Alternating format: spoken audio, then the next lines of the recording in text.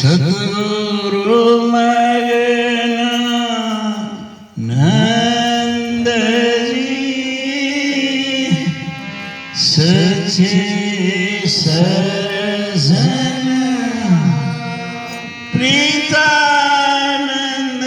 ગુરુ શરણ વિનતી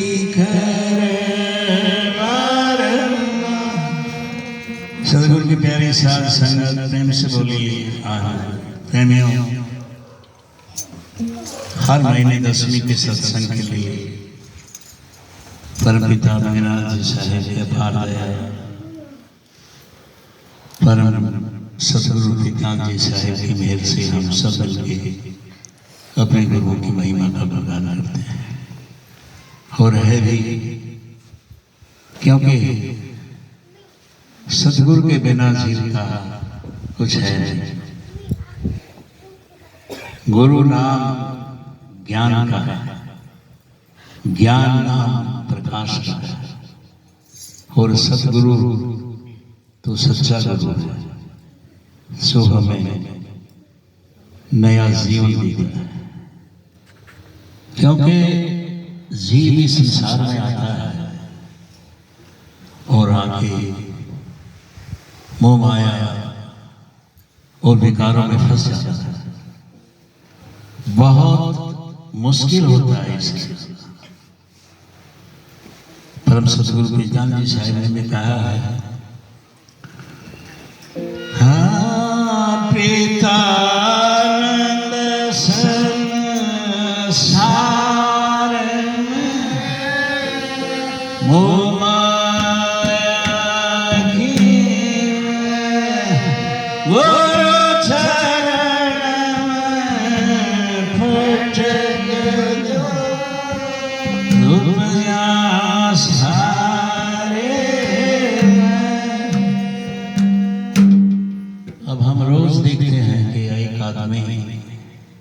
मोह माया में इतना है कि बस दिन रात ये तेरा ये मेरा बस इसी में लगा देता है, पूरा जीवन इसी में लगा देता है। और जिस दिन उसने जग जोगी वाला डेरा मान लिया तो समझो उसका छुटकारा मोह माया से होके सतगुरु की शरण में उनकी दया से अपना जीवन सफल बना सकता। और सतगुरु का दोहा जो हमने अभी गाया है उसमें यही बताया है कि मौत तो है ही और माया का जाल तो बहुत लंबा है, आखिरी सांस तक जीव को भटकाती रहती है। उस मालिक से जितना भी चाहे, कभी कोई दुख, कभी कोई तकलीफ, कोई हारी बीमारी, ये सब उसके आड़े आए। और फिर जितने विकार हैं, काम, क्रोध, लोभ, मोह, अहंकार, ये एक एक करके जीव के आड़े आते हैं। काम तो ऐसा है कि नाम नहीं लेने देगा। काम वासना ऐसी है बस उसी में ही उलझ के रह जाता है।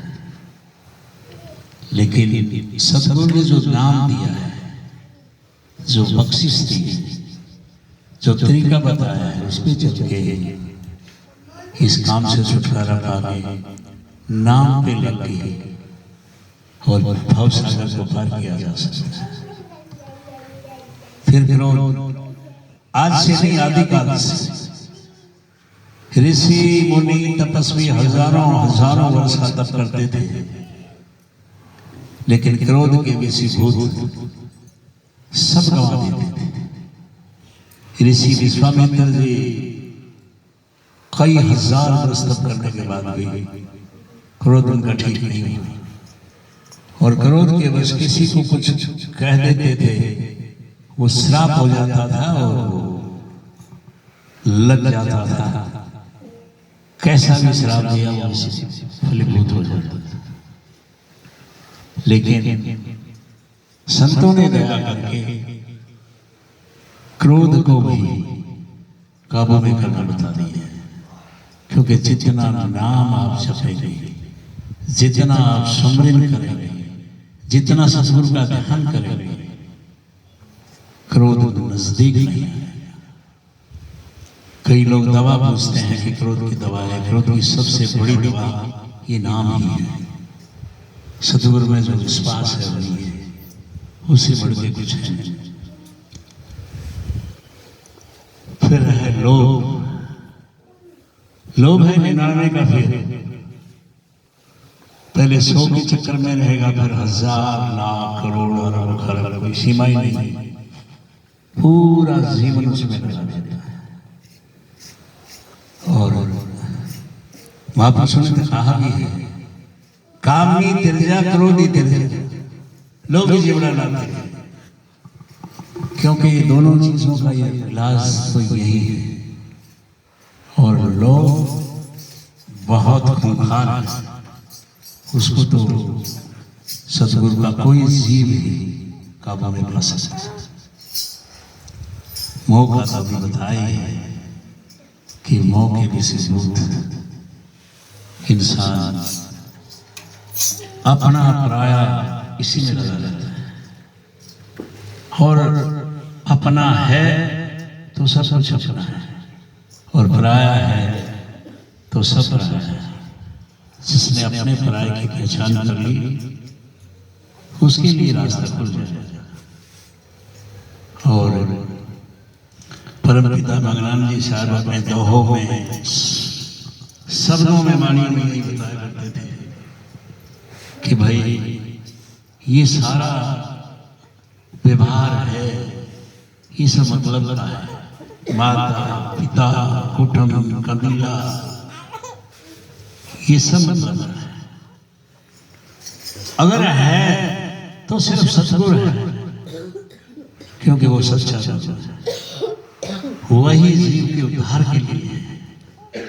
उसका लेस मात्र भी कोई स्वार्थ नहीं, और जहां स्वार्थ नहीं परमार्थ है, वहां सब कुछ। और जीव के लिए सबसे बड़ा परमार्थ यही है कि सतगुरु की शरण ली, नाम की कमाई की, और भवसागर से पार हो गए तो बहुत बड़ा परमार्थ कमा लिया है। अहंकार भी इसी तरह आदिकाल से रामायण में रावण का ज्वलंत उदाहरण है। अच्छा जवान था, धनवान था, विद्वान था, कहते हैं 4 वेद 6 शास्त्र और पुराण का ज्ञाता था, लेकिन अहंकार उसमें इतना कि राम को राम नहीं समझा। राम तो दूर की बात, राम को इंसान नहीं समझा, और उसी के कारण सोने की जो उसकी लंका थी वो जल के खाक हो गई, राख हो गई। और महाभारत में दुर्योधन ने जो अहंकार दिखाया,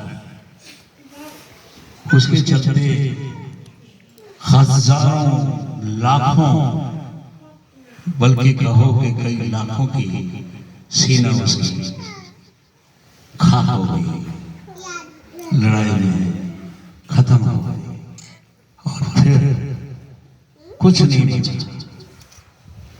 तो संत सतगुरु यही बताते हैं कि अगर हमारा कोई है तो संत है, सतगुरु है, उसी में हमारे लिए जरूरी है भरोसा रखें, प्रतीत रखें, और उसी के चलते हमारा उद्धार हो। अभी कुछ दिन पहले मिट्टी से मुंशी राम और ने अपने पोते रमन के जन्मदिन पे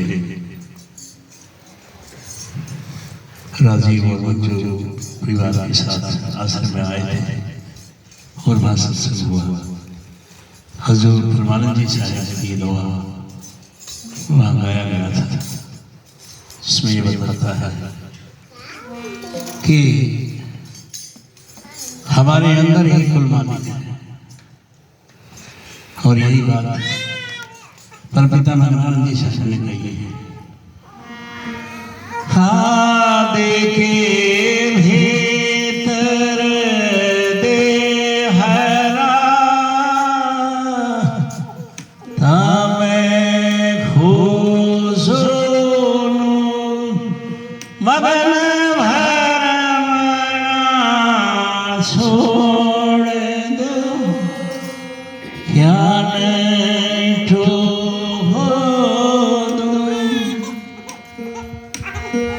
साहिब कहते हैं कि उस नूर को देखो। अब नूर क्या है? सतगुरु ही नूरी रूप है। हम जो सतगुरु में देखते हैं, देह रूप में देखते हैं, सतगुरु है। लेकिन जिस दिन अंतर में नूरी रूप को देख लिया तो समझो आपको मालिक की दीदार हो गई, मालिक की दर्शन हो गई। और यही हजूर फरमान जी साहब ने कहा है, दिल अंदर दीदार मिलेंगे, सतगुरु मिलेंगे प्यारे जी की। हमारे अंदर जब सतगुरु के दर्शन हो जाए तो सतगुरु प्यारे नूर बरसते। काया नगर में पता लगेगा, स्वामी देंगे सहारा जी कि इसी शरीर में सतगुरु का स्वरूप है, सतगुरु का नूर रूप है। और उसके लिए सतगुरु ही आपको उस मालिक से मिलाएगा। लेकिन होगा उनके साथ जिनको लगन ही नहीं, गहरी लगन ही है। मैं जिसके कौन है बैठना, जिसके गहरी लगन लग गई उसको ये कोई विकार नहीं मिटा सकता। सतगुरु की दया रहमत होती है तो बने रहते हैं। काया नगर में पता लगेगा, स्वामी देंगे सहारा जी, गहरी लगन ही है मैं जिसके कौन है बैठना। सतगुरु धनुष बाण ले साधो। सतगुरु की दया ऐसे है जैसे धनुष का बाण साधा। सतगुरु धनुष बाण ले साधो। खैच अपन मन महाराज जी, अपने मन को कंट्रोल किया जा सकता है, काबू में किया जा सकता है जो बहुत चंचल कर बैठे। गहरी लगन ही है मैं जिसके कौन है बैठनहारा जी। सतगुरु धनुष बाण ले साधो, खैच अपन मन महाराज जी। परमानंद जी वचन सुना। हजूर परमानंद जी साहब कहते हैं, मैं तो यही बताता हूँ, परमानंद जी वचन सुना, उनका ले सहारा। ये आप उनका सहारा लो, उनकी शरण में रहो, उनके कहे के अनुसार रहो। परमानंद जी वचन सुना, उनका ले सहारा जी। अकै नाम जपो आनंद। ये नाम जो हम आवाज से करते हैं, कह के करते हैं, वो नहीं अंतर में मन में जपना है। अकै नाम आनंद जपो होई, जिससे होगा निस्तारा। इसी से, इसी की कमाई करके आप भवसागर से पार हो सकते हैं। इस जीवन वर्ण से निस्तारा हो जाए से हो निस्तारा जी। दिल अंदर दीदार मिलेंगे, सतगुरु मिलेंगे। जब हम कर्मठ हो बड़े विश्वास के साथ उस मालिक की से जिज्ञासा रखेंगे मिलने की, तो मालिक की दीदार यही होंगे। आनंद।